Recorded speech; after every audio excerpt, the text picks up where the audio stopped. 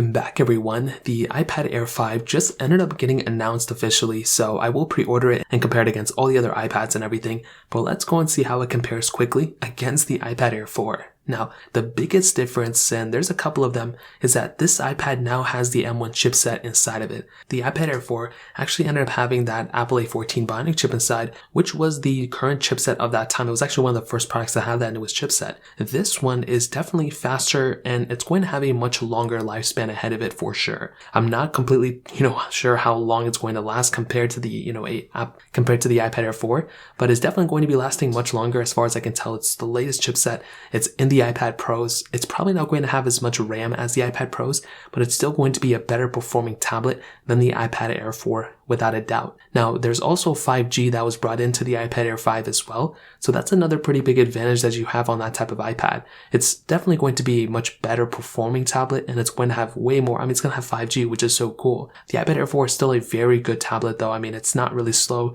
Design-wise, they're almost identically the same. Same type of camera, they support Apple Pencil 2. They're very good tablets for sure. But a big thing to keep in mind is that the camera has now been updated a little bit for the iPad Air 5, specifically for the front camera. The back camera I think is the exact same thing, but that front camera we now have an ultra-wide camera, which is 12 megapixels, which is great. It now supports that center stage capability, which I think is awesome. Having that type of capability of utilizing center stage is so cool, and I think everyone, and if you're not familiar with center stage, it just keeps you in the middle of the frame, which is so cool, and I love that type of capability. So when it comes down to that, I'm a huge fan of that. It's also starting at the same price tag as the iPad Air 4. So it's going to start at $599, which I think is a pretty good price to pay. It's not over the top. It's not like it's a price increase like with the iPhone SE 3. But again, it's one of those things that, I hope at some point they can cut the prices down, but $599, as long as they're keeping it the same, I'm totally okay with it. If you currently own an iPad Air 4, I would not go to an iPad, Air 5. I just don't think there's any point for it,